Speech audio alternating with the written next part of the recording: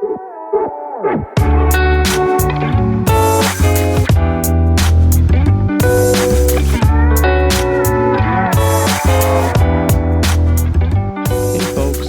for tuning in. For our second episode, I have my good friend Faina on to discuss the topic of empathy. We've all had situations where having someone empathize either made or would have made things a lot better. Why is it so tough for people to show empathy to one another? Let's get into it.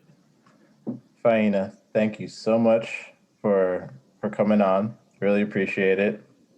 How's it going? You're welcome. I'm so excited to be here. I'm so excited to share my thoughts with you and really excited for, this journey that you have going on with this amazing podcast. You're too kind. You're too kind.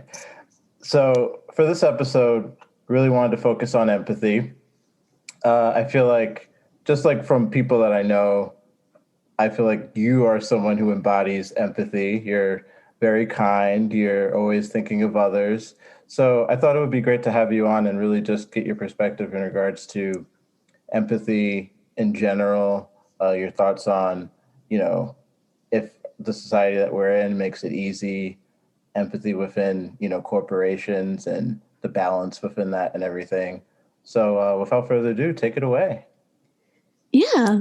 Thank you so much. I feel like, if most of the podcast is you hyping me up, I'm here for it. People can't see, but I'm smiling from ear to ear. But yes, my name is Faina. I work as a digital marketing manager in the city.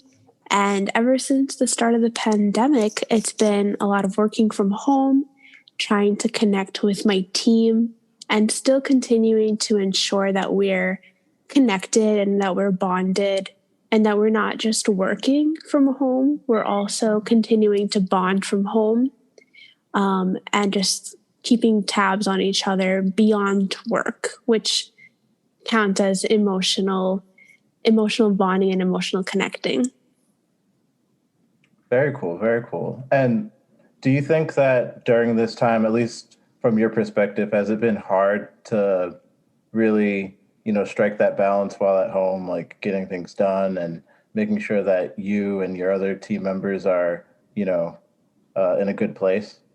Yeah, definitely. I think one thing that comes into empathy with your team is knowing that everyone has a different situation at home.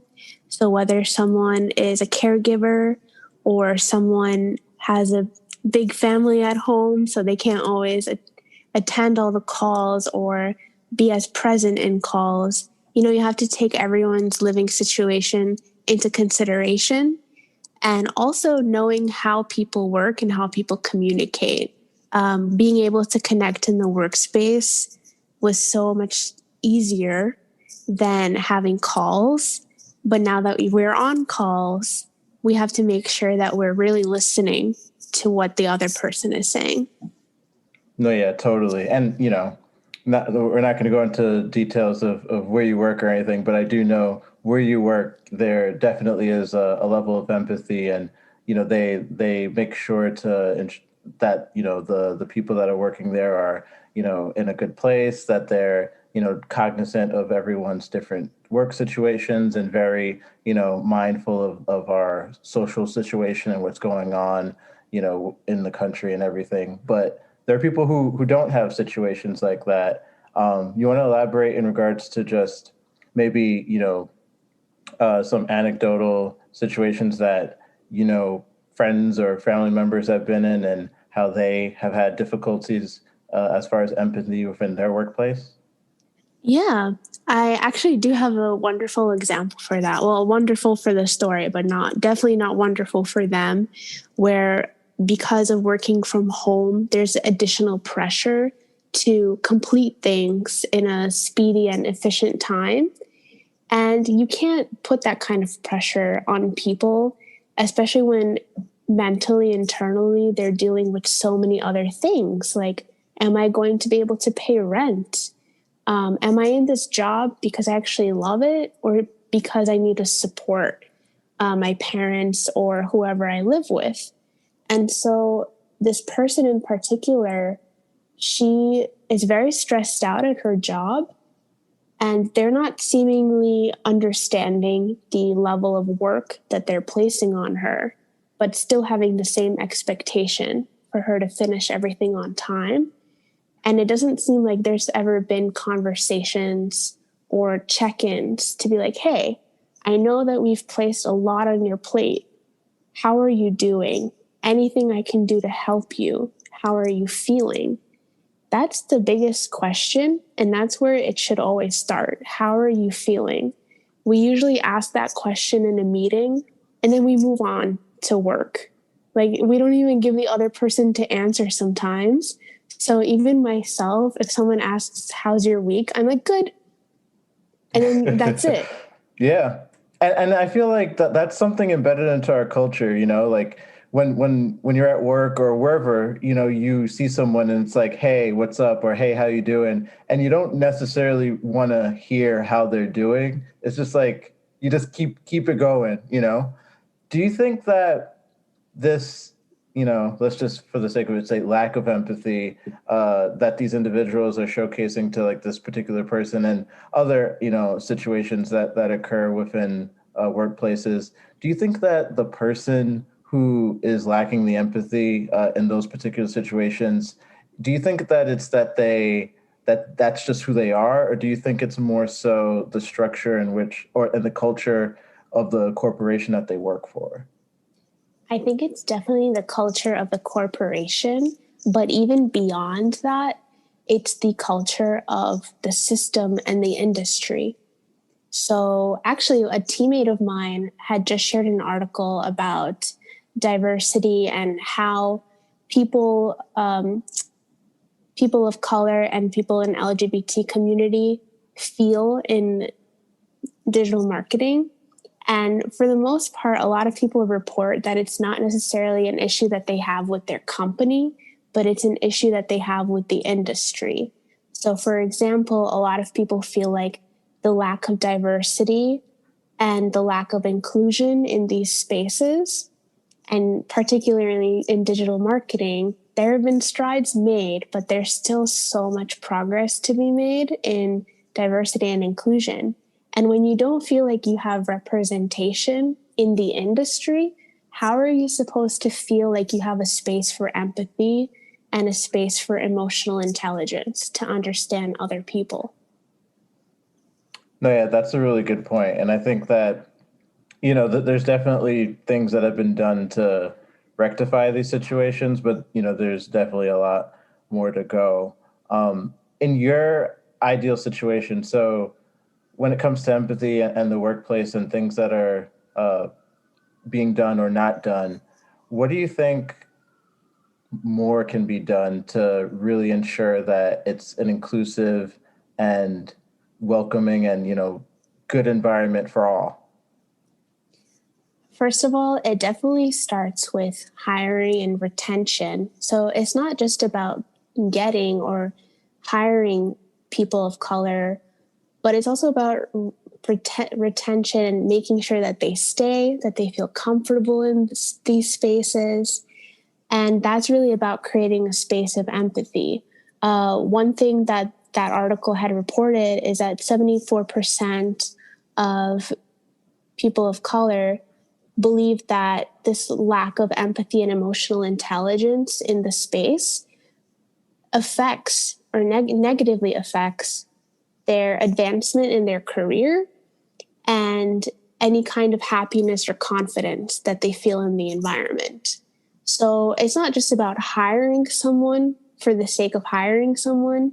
It's about actively holding meetings, actively holding check-ins, and ensuring that there's no Zoom burnout. You know, you go from one meeting to another meeting.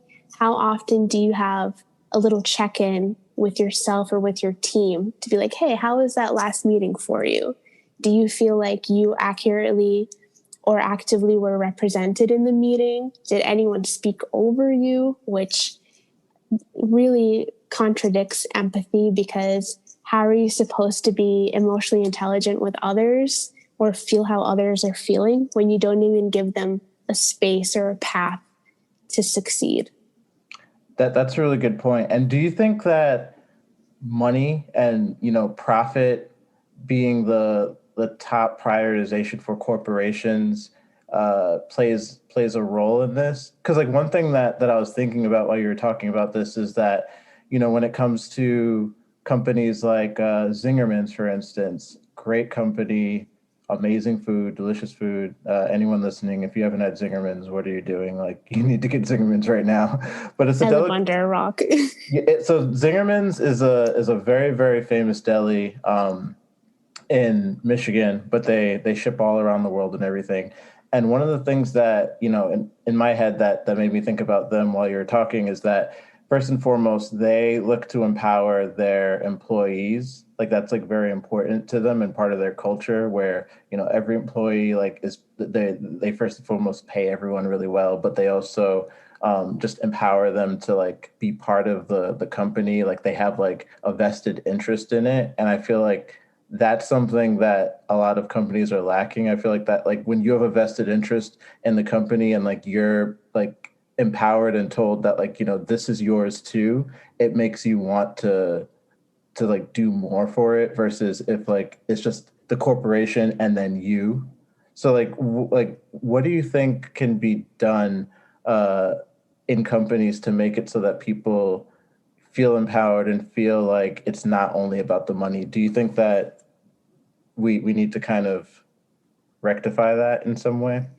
Yeah, I'm almost thinking you should turn it on its head and use money as the incentive to create emotional intelligence and empathy. So creating incentives for teams, creating little competitions, healthy competitions, friendly competitions in the workspace where you get teams to work with each other and get to know each other more, not just on a project level, but truly like why are so many social media companies, for instance, sacrificing empathy for profit? Because that's just the way the system is set up. There's no time to have conversations. There's no time to sit down, understand how you're feeling, which because self-awareness is so important in being an empathetic individual. You need to understand and label your feelings before you go ahead and try to understand other people's feelings. So because companies don't really create these little times or breaks for people, there really is no incentive, no motivation to do it on your own. I think leadership should be the first to say, okay, we're taking these mental wellness days, or we're taking these days to reflect as a team, have team meetings, not just about work or new projects in the pipeline, but actually connecting with one another. I just think communication and self-awareness are the very two important factors to creating an empathetic environment. And so what do you think the balance should be? Because one thing that we were talking about in the last episode was how, when it comes to jobs, people like one thing that Mr. M highlighted was episode.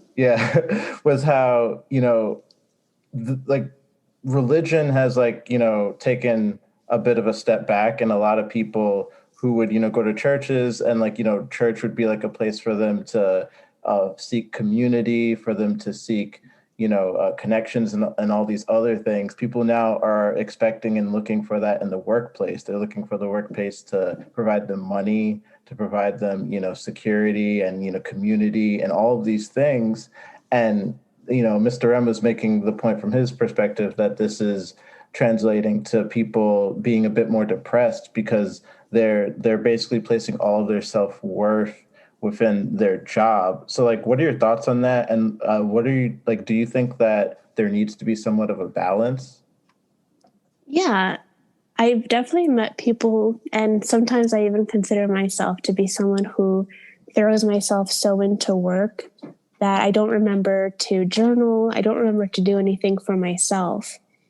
And sometimes you need to have that does that balance exist? That I think is the age-old question, right? Like, is there work-life balance? Is there a balance between work and your mental well-being?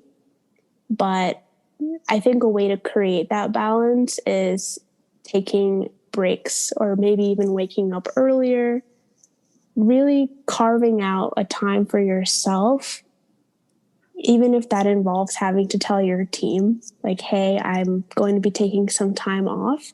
But that's a sign of leadership too. If you can tell your team that you're taking time off to be with yourself, that only trickles down and inspires the rest of your team to do that for themselves as well.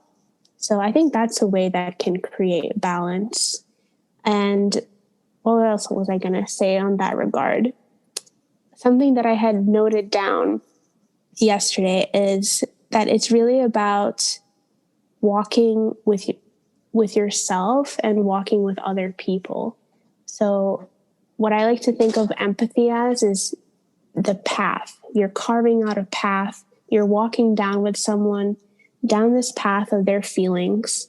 But in order for you to understand how someone is feeling, you also have to be in tune with your own feelings. So it's so important to take time to journal or whatever hobbies you may have that help you feel a sense of fulfillment. I think that's an amazing first step. That's those you made a lot of good points there, and I want to examine as many as we can.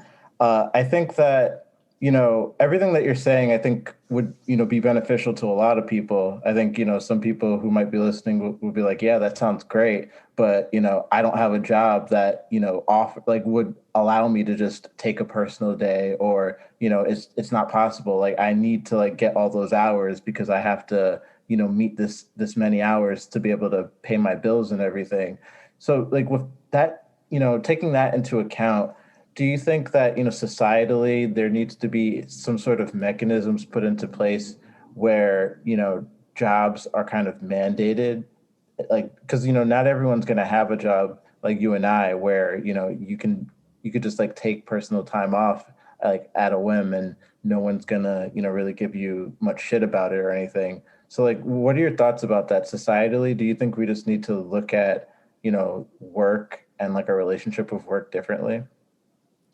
Definitely, because when you focus so much on your work, you're clearly not making time either for yourself or for other people. And so that creates this toxic cycle where these people get promoted, they become managers and directors and even vice presidents, CEOs of companies that have this mentality that your work comes before your well-being. And that is the antithesis completely to an empathetic environment. So I think that people don't like the idea of punishment. So instead, there could be positive reinforcement in these environments. Obviously, no one wants to be, for instance, if there was like a additional tax that you put on businesses that had high rates of firings. Instead, maybe positively reinforce companies that do support mental wellness and that do support empathetic environments. Give them financial incentives, support them, and make them an example for other companies. But if someone is working in a company that prioritizes profit over their workers, in the long run, that's such a loss of profit. Like you really lose more money from having burnt out employees. And I don't see how that's going to be successful for any company in the long term. So if they don't, yeah. I think the counter argument, and like, it definitely really varies from industry to industry, but I feel like some people would say like, for instance, fast food restaurants, like they would say that like a place like McDonald's, for instance, like those jobs are looked at to be for, expendable people who, are either, in high school or about to like go to college and like, just need a part-time job. And like people would argue that those jobs like aren't meant to be for, adults and everything, but a lot of times they are. And, these people are getting, minimum wage. They're not really getting health benefits or anything, places like Walmart, major corporations who, basically just take in people and like chew them up, spit them out, and recycle and repeat. What are your thoughts on places like that where that model does work and they've been doing it consistently and their profit margins are ridiculous because of it? Well, first, I wanted to point out something about minimum wage.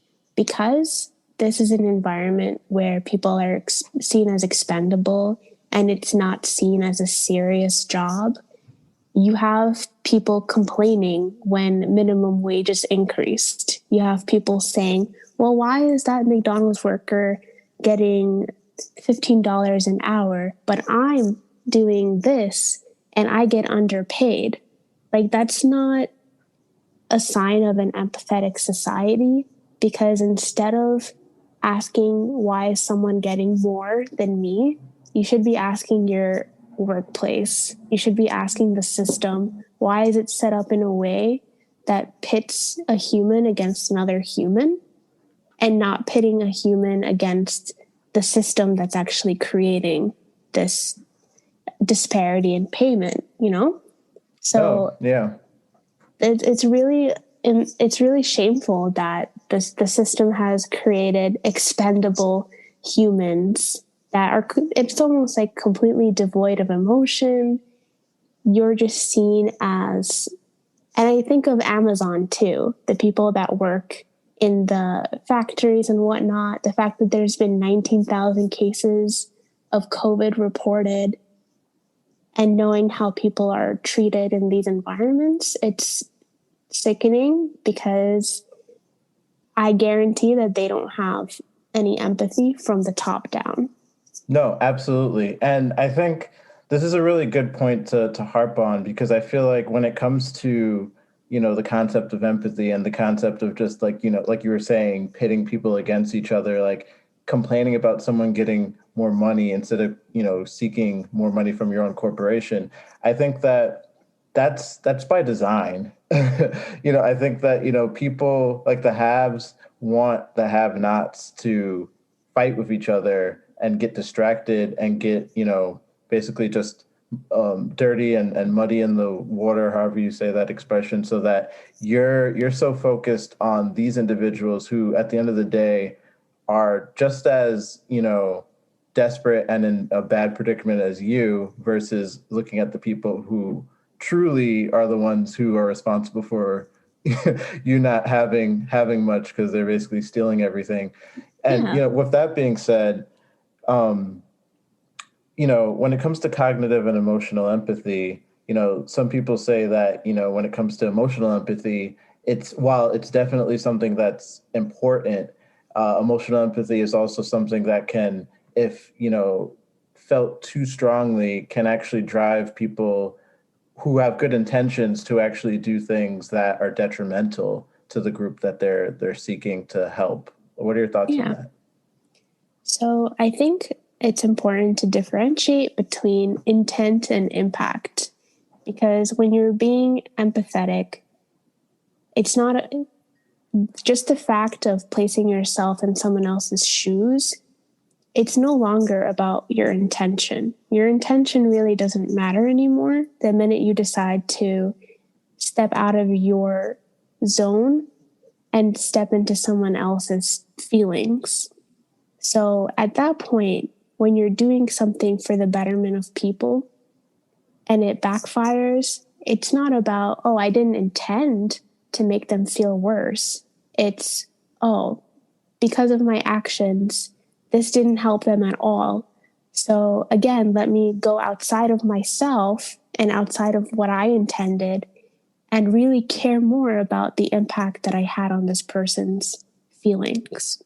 It's like, if I hurt your feelings, which I wouldn't, but in the off chance that I wasn't a good person that day or didn't have a cup of coffee, I would, and you tell me, okay, I'm not feeling well, or you made me feel sad, I can't say, oh, I didn't intend to make you feel sad, because that's not empathetic. That's me looking inward and not taking accountability. Whereas empathy is taking accountability for how you make others feel and understanding the impact of how you make others feel.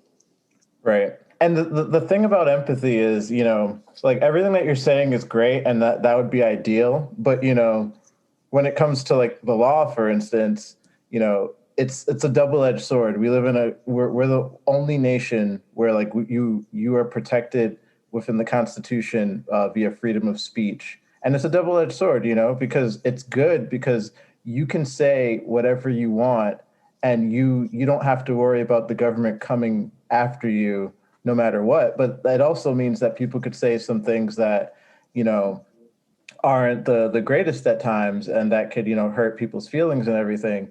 And I think that we want to keep our freedom of speech because that's a slippery slope. But at the same time, I think we do want people to be more empathetic and, just by default want to be good human beings. You're always going to have pieces of shit. That's just the way it is. And, it is what it is. What measures do you think, could be done to at least give people, a fighting chance at becoming empathetic, in the long run, like for kids and for young adults and everything? Yeah. So quite honestly, I forgot the name of the author, but he wrote this book called Permission to Feel. And it might be Mark Brackett, but he's a doctor. And he wrote this book about understanding your emotions. And the great thing about child development is that, you're always asking kids, hey, how are you feeling today? And I know a teacher also who, she's a phenomenal teacher. She has this thing where they think about sunshine thoughts and stormy thoughts, or sunny thoughts and stormy thoughts. And it's a great way of identifying how kids are feeling. Why don't we do that for adults too? Like, why can't we ask people on our team, how are you actually feeling today? But also recognizing how are you feeling today, actually jotting it down would also help. I know that it helps me. Listening to music is really helpful because it kind of makes you think about all the feelings that are out there. And I don't know if you've ever listened to a song that surfaced up feelings that you didn't even know you had. Oh, yeah, absolutely. Right? And that's such a powerful feeling. I think that's something that we can start with. Maybe every team or, everyone should have their own playlist. No, yeah. That they can come back to. I think you bring up a really good point. I think that at the end of the day, if we had an environment where, opening up about your emotions was not looked at in a negative frame, regardless of your gender, if you're a man, a woman, or if you identify, however you identify, I feel like if that were like something that like were embraced, that I feel like that could probably make a difference. Yeah. To your point about gender too, this whole social idea of toxic masculinity, I think is kind of tied to empathy because men are taught not to show emotions, not to visibly display emotions on their face, not to cry. And if you're in a society that doesn't even allow you to do those things, how are you supposed to recognize how you're feeling if there's no space for you to do so? So whatever it takes to do that inwardly, something that's also good is, I know it doesn't seem like manly or whatever, but writing in a diary or a journal. You call the journal. Yeah, there you go. The journal. That's so dumb. It's a diary. Come on. Semantics. You're not writing like, Dear Diary, today Nick told me he doesn't like me, but it's like, okay, I'm actually feeling overwhelmed today. I'm actually feeling stressed. Where is the stress coming from? Because you always want to say, oh, it's coming from work. But what exactly happened that stressed you out? Right. And, going back to the topic of work, maybe one of the things also that like people, that's like making people sad and depressed and, not feeling fulfilled is that we live in a society where people, you have to make ends meet no matter what. And I'm sure there are a good chunk of people in the country who are doing work that they don't like, but they have no choice. Definitely. And, the saying that you should be doing something that you love to do so that it doesn't feel like work, it's not entirely realistic. And I had to kind of Not learn at that the all. hard way. That yes, there are people who, on LinkedIn, they give you that whole spiel of, I quit my job and I had no security blanket. I had nothing. And then I blogged about something and now I'm a millionaire. Like, Is this a white dude? yes, always. It's always some dude named John Johnson the third who has the privilege of just dropping everything, if that's even true, John Johnson the third. But it's not realistic for everyone. And part of creating a space for emotional intelligence is understanding that. But okay, if I'm doing something that I don't like to do, but I'm doing it for the sake of survival, is there anything that I can do to make it enjoyable? And sometimes the people that you work with, you could be absolutely hating everything that you do. But if the people that you work with are creating this comforting space for you or safe space, sometimes that's all you need to make your job bearable. Oh no, absolutely. I'm a firm believer that people make it hard for, like, if you have great people around you, it makes it harder for you to like move on, But like if you don't like everyone that's around you and your job sucks, it's like, all right, well, But like I think, money is definitely something that, it's a double-edged sword. We of course need money to ensure that, our society functions, that there's, stability, that we're able to, exchange it for goods and all these things. But at the same time, it's tricky because, money also makes it so that, that's the primary factor for all the decisions that you make in life, because everyone wants to, like, feel secure and like have enough money in order to, do what it is that they need. And that really is the primary factor for what you do as far as work goes. Yeah. And literally at what cost? Like if you're focused so much on money, profit, capitalism in general, if that's your drive, if that's your ambition, then are you making time for yourself? Are you making time for other people? And, there are people who, when you ask them, what do you want to accomplish?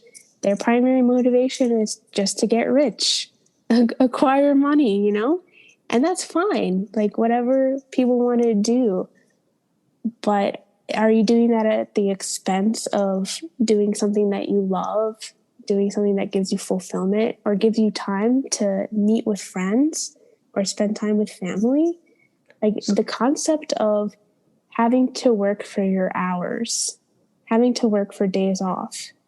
I still don't understand that, because you're dedicating so much already of yourself to a company, and for you to have to acquire hours to just spend time with family is bizarre to me, because we all know that the top CEOs and executives, they sign a piece of paper in the morning, they go to golf later on, they get to spend much more time with family.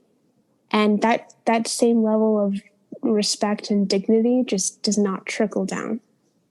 So, if you had a magic wand and you could just make the world, in your vision, Like what would we have if Faina had some magical powers and could just make everything how she wants? I do have magical powers. Oh, okay.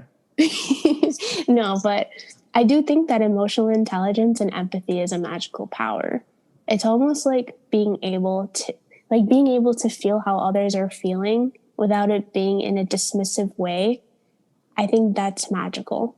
And I think more people should train. I think it's something that people can have the skill. It's not something that you're born with. It's something that you actively train.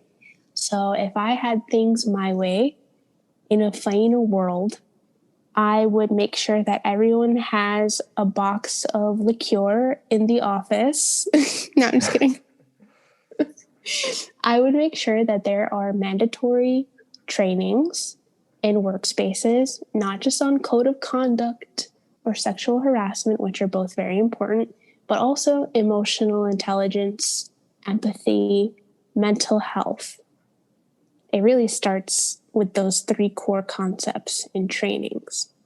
Then understanding that I'm not necessarily going to break the system, but I would incentivize those kinds of trainings. I would maybe promote leaders that are doing that and are showing that as an example. I would hire more people of color and LGBTQ plus people in workspaces.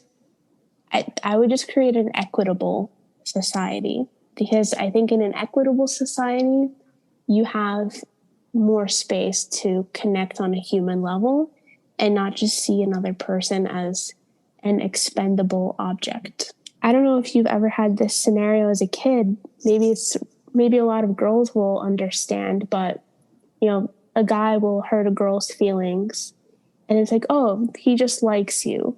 Or like, I never see the kids being reprimanded or never see them having a conversation. And then when the guy apologizes, the girl's just supposed to accept an apology. And I think an empathetic society would be, hey, you apologize, but I don't have to just take your apology. I can sit on it. I can think about it for a while. I might not ever accept your apology, but I digress. I think that empathy is really important to teach the kids because they become the leaders and the CEOs that we see today. Yeah, absolutely. And I think that, social media has just made it so that, bullying and, the lack of empathy that, an individual has, it just makes you times it by like 12 to like, when we were in school, and like just the impact that it has and the magnitude of how you can bully someone. Something that I read from Fast Company was about how social media used to be this environment for empathy, but at the expense of empathy came profit. And engineering is all about quick solutions. There's no time for feelings. But imagine if someone like Mark Zuckerberg actually met with the families of bullied children, like kids that were bullied through Facebook. I think he would have a completely different idea of what it means to be a social network leader if he understood the impact that his platform had on people's feelings. I think you're giving Mark Zuckerberg way too much credit. Everyone says he's like a lizard person. He's he's not a real person. He's like a robot. Like that's the issue. Why is a robot in charge of a platform for connecting with other people? If anything, the idea of Facebook, reconnecting with people that you've lost touch with, finding new people to connect with, that's a breeding ground for empathy, but it's turned into filtered news, bubbles that people create for themselves where only their opinions show up on their feed, and lack of respectful dialogue.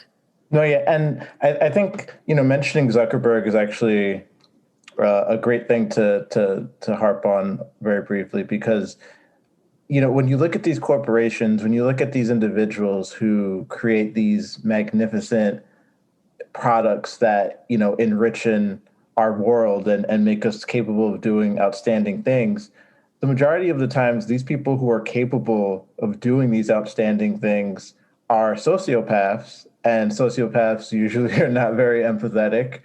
So, like, what are your thoughts on that? Like, do you think that it's possible for us to be able to continue to innovate and continue to climb up the ladder as far as, innovation goes, and have people capable of doing these things while at the same time incorporating empathy while they're also, potentially profiting and, advancing us? Yeah, it sounds like the perfect dish, right? Having everything engineered with no kinks, no bugs, but also content wise or innovation wise, creating things that are grounds for empathy. And I watch like a lot of Shark Tank, and I noticed that a lot of the pitches for new businesses, they are becoming more environmentally friendly, and they're becoming solutions to problems that people are having, as opposed to mere copies of existing products. So I think innovation is headed towards this interesting ground of, okay, I'm creating something that someone had difficulty with. I'm creating something to make someone's life easier, which is already kind of a sign of empathy, because you're thinking, what are people missing right now? What's making people's lives difficult? But then where it goes wrong is that when you create the product, you start thinking about the profits of creating that product and not about the positive impact that it could have on society. Right. And you're not keeping that going. Yeah. And I think well, that's just the shtick of capitalism, unfortunately. Like when you have a corporation, it kind of becomes its own separate, living, breathing entity. And it just always is looking to get bigger and bigger. And, the only thing that it's looking to do is to just get more money, like, damn everything else. We need more money. I think that, there are some corporations, like you look at Apple, where they, you can argue are very empathetic to their employees, treat their employees very well, have phenomenal customer service, do a good job on that front. They, of course, offshore a ton of money so that they can evade paying taxes. They, do shady things in China, and have nets outside of the shops there, so that because too many people were jumping out of the window because of the working conditions, so they just were like, oh, let's put a net out there so we can catch them so that they can't kill themselves. Solutions. Solutions. So do you think that at the end of the day, there is a way for capitalism and for this, empathetic world that you envision to kind of, coincide with each other? Yeah, because I think that, again, once businesses realize that they lose a lot more money from not being empathetic, they'll switch their behavior immediately. Like when you realize that the amount of lawsuits that you have to pay, the amount of settlements, the amount of turnover, and how much it costs to train new people, like even not just thinking about it from a human to human perspective, but thinking about it from the perspective of money, you are doing a lot more damage to your business when you're not empathetic. Like you have to pay for those nets for people to not jump out of the window, where you could have saved a lot more money if you just, had trainings and treated them with more respect that you would want to have yourself. If I'm being quite frank, I really think that at the end of the day, both parties, first and foremost, do not give a shit about anybody. Neither of them do. It's all about consolidating power. The only way for things to truly change is if people get involved, just really take take back that power, because at the end of the day, people don't realize that they have the power. Is you need to unite. And like all this BS of people, taking sides and, looking at, people who are in the same predicament as their enemy is stupid. I don't know how I feel in regards to like what the outcome of everything is going to be, but I want to end this on a positive note. So one thing I want to harp on, I want to get your thoughts on is, you look at the prior generations and, all the things that occurred and the lack of empathy there. I feel like when you look at the upcoming generations, there seems to be a bit of hope there that the upcoming generations will have a lot more empathy than the previous ones. They seem to be a bit more emotionally intelligent than their predecessors. They seem to, be much more knowledgeable in regards to technology at an early age, which is just the new norm now. So Definitely. What are your thoughts in regards to the upcoming generations and them showcasing a bit more empathy and making a better world? Yeah. Well, I should start off by admitting that I'm addicted to TikTok, and that's where this Gen Z is. I feel like I'm doing Gen Z research almost when I'm on the platform. But you see videos of teens crying, telling people how their day has been, really being vulnerable and using social media as a platform to share their innermost feelings and thoughts.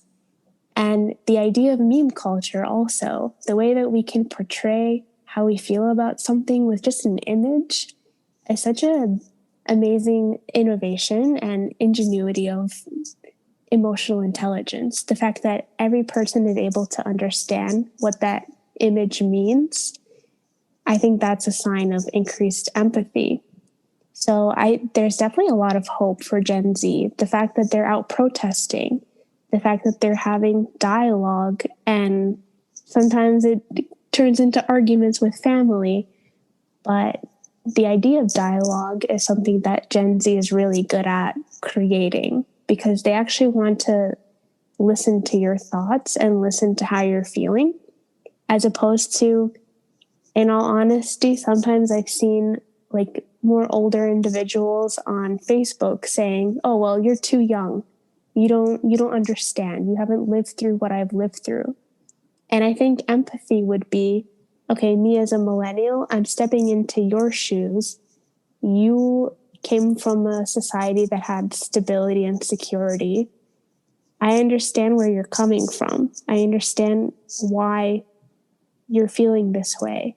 But you should also understand that Gen Zs are worried and are anxious about not even being able to exist on this planet before we're turned into just a ball of fire. Or we all go underwater. Like, there's so much to be anxious about. But no one understands this sense of anxiety because we're all too busy focused on making enough to survive the next day. So to answer your question, yes, I think there's a lot of hope from Gen Z. I was a little nervous when they started eating Tide Pods. I was like, "Ooh, like, are you gonna survive?" A great look. But they came through. They came through with protesting, BLM marches. I think they really proved me wrong. No, I sound like sound like one of those millennials now that's like, "Oh, Gen Z." Not at all, not at all. Faina, this has been a pleasure. Thank you so much. Thank you for having me.